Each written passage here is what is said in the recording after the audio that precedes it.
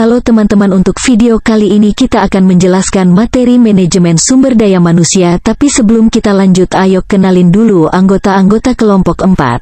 Perkenalkan, nama saya Julitania Rimbing dari kelompok 4. Halo, perkenalkan nama saya Mila Drinatani Tele, NIM 200611022023. Perkenalkan, nama saya Lia Dewi Astuti Ayuning Wibowo dengan NIM 200611102022.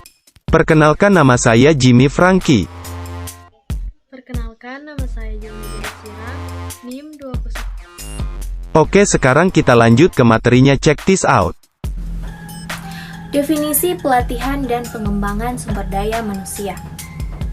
Pelatihan sumber daya manusia adalah serangkaian kegiatan yang memberikan peluang kepada setiap karyawan untuk mendapatkan dan meningkatkan keterampilan yang berkaitan dengan pekerjaan. Pelatihan melibatkan karyawan yang memperoleh pengetahuan dan keterampilan belajar yang akan mereka dapat digunakan segera. Pengembangan sumber daya manusia bertujuan untuk mengembangkan keterampilan untuk pekerjaan masa depan. Pengembangan karyawan melibatkan pembelajaran yang akan membantu organisasi dan karyawan di kemudian hari dalam karir karyawan. Pelatihan dan pengembangan karyawan semakin menjadi isu strategis utama bagi organisasi karena ada beberapa alasan. Yang pertama, perubahan teknologi yang cepat terus menyebabkan peningkatan tingkat keterampilan keusahaan. Untuk tetap kompetitif, organisasi perlu terus melatih karyawan mereka untuk menggunakan teknologi terbaik dan terbaru yang tersedia. Yang kedua, desain ulang pekerjaan menjadi pekerjaan yang memiliki tanggung jawab yang lebih luas, yang mengharuskan karyawan untuk berasumsi lebih banyak tanggung jawab, mengambil inisiatif, dan mengembangkan lebih lanjut keterampilan interpersonal untuk memastikan kinerja mereka. Dan yang ketiga, merger dan akuisisi sangat meningkat. Kegiatan ini membutuhkan integrasi karyawan dari satu organisasi ke yang lain, memiliki budaya yang sangat berbeda. Manfaat pelatihan dan pengembangan. Yang pertama, perusahaan akan dapat mempersiapkan tantangan yang akan datang. Yang kedua, perusahaan akan mampu beradaptasi dengan cepat dalam kemajuan teknologi maupun alat-alat baru. Yang ketiga, perusahaan mampu bersaing dengan pesaing-pesaingnya. Yang keempat, perusahaan akan mampu memberikan produk atau jasa yang berkualitas, sehingga akan meningkatkan citra positif perusahaan. Dan yang kelima, perusahaan dapat mempersiapkan karyawan untuk kenaikan jabatan. Pelatihan, perencanaan, dan penyusunan strategi. Ada dua kunci untuk mengembangkan program pelatihan yang sukses dalam organisasi, yaitu perencanaan dan menyusun strategi pelatihan. Ini melibatkan 4 langkah berbeda, yaitu penilaian kebutuhan, penetapan tujuan dan ukuran, penyampaian pelatihan, dan evaluasi. Sebuah model untuk perencanaan dan pelatihan penyusunan strategi disajikan dan dijelaskan dalam tampilan 9.1. Pertama, penilaian kebutuhan. Penilaian kebutuhan melibatkan 3 tingkat analisis, yaitu organisasi, tugas, dan individu. Di tingkat organisasi, pelatihan dipertimbangkan dalam konteks budaya organisasi, politik, struktur, dan strategi. Penilaian tingkat tugas melibatkan tugas dan tanggung jawab khusus yang ditugaskan untuk berbagai pekerjaan yang berbeda dan jenis keterampilan dan pengetahuan yang dibutuhkan untuk melakukan setiap tugas. Tingkat penilai individu menganggap orang-orang untuk dilatih.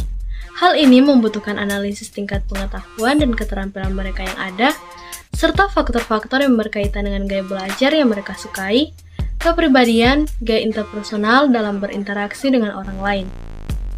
Tujuan. Setelah kebutuhan pelatihan dinilai, Reaksi mengukur apakah karyawan menyukai pelatihan, pelatih, dan fasilitas biasanya diukur dengan kuesioner. Jika karyawan memiliki reaksi yang kurang baik terhadap program tersebut, kecil kemungkinan karyawan lain akan tertarik pada pelatihan atau karyawan yang menghadiri pelatihan menerima sesuatu yang berharga dari pelatihan tersebut. Reaksi yang menguntungkan dengan sendirinya tidak menjamin bahwa pelatihan itu efektif. Evaluasi hasil dilihat dari hasil keseluruhan pelatihan dan dampak pelatihan terhadap produktivitas, efisiensi, kualitas, layanan pelanggan, atau cara lain apapun yang digunakan organisasi untuk mengukur kontribusi dan kinerja karyawan. Hal ini dapat dinilai dengan anggaran dan laporan biaya, angka penjualan, produksi, survei pelanggan, atau cara lain yang sesuai dengan ukuran kinerja organisasi. Nah, sekarang kita masuk pada pengembangan organisasi. Sebagian besar program dan inisiatif pelatihan dirancang untuk memenuhi kebutuhan pelatihan karyawan individu atau kelompok kecil karyawan. Sebagian besar berfokus pada perolehan dan pengembangan keterampilan. Program-program ini berupaya membekali karyawan dengan pengetahuan dan keterampilan yang akan menghasilkan peningkatan produktivitas serta tenaga kerja yang lebih mampu mencapai tujuan strategis organisasi. Dalam mengambil perspektif yang lebih makro tentang organisasi dan kebutuhannya untuk berubah dan berkembang, perhatian utama harus dilakukan pada pengembangan hubungan antar pribadi yang sesuai. Hal ini terutama berlaku untuk pengembangan pemimpin dan manajemen kelompok dan proses kelompok. Pengembangan kepemimpinan berkorelasi positif dengan kinerja keuangan organisasi. Tim dan kelompok dapat bersifat sementara atau permanen, langsung atau virtual, dalam fungsi atau lintas fungsi, dan domestik atau global. Namun semua tim dan kelompok menyajikan tantangan dan pembelajaran dan pelatihan yang berbeda dari individu. Salah satu praktik signifikan terkait PO yang dilakukan banyak organisasi adalah pendirian universitas corporate atau corporate university. Corporate university adalah operasi internal yang mencoba mengembangkan individu dan organisasi menuju tujuan strategis organisasi dan memfasilitasi dan mengelola inisiatif perubahan yang direncanakan. Mengintegrasikan pelatihan dengan sistem manajemen kinerja dan kompensasi. Faktor kunci kedua dalam menyusun strategi program pelatihan adalah untuk memastikan bahwa hasil pelatihan yang diinginkan diperkuat ketika karyawan mencapainya. Dalam organisasi yang lebih besar, tidak jarang melihat seluruh departemen dikhususkan hanya untuk pelatihan dan pengembangan karyawan. Unit ini mungkin terpisah dan otonom dari fungsi SDM lainnya, seperti pengukuran kinerja atau penilaian, dan administrasi kompensasi dan tunjangan. Karyawan diminta untuk mempelajari keterampilan baru yang terpenting dan menyerap pengetahuan baru yang penting dan menerapkannya dalam pekerjaan mereka. Cara penilaian kinerja mereka harus mencerminkan perubahan ini. Semakin kritis keterampilan dan pengetahuan bagi strategi organisasi, semakin besar penekanan yang harus diberikan pada penilaian mereka dalam sistem manajemen kinerja organisasi. Demikian pula, kompensasi harus mencerminkan hasil pelatihan. Jika karyawan telah mempelajari keterampilan dan pengetahuan baru dan berhasil menerapkan pembelajaran ini untuk meningkatkan kinerja organisasi, mereka harus diberikan kompensasi yang sesuai dengan cara yang signifikan bagi mereka.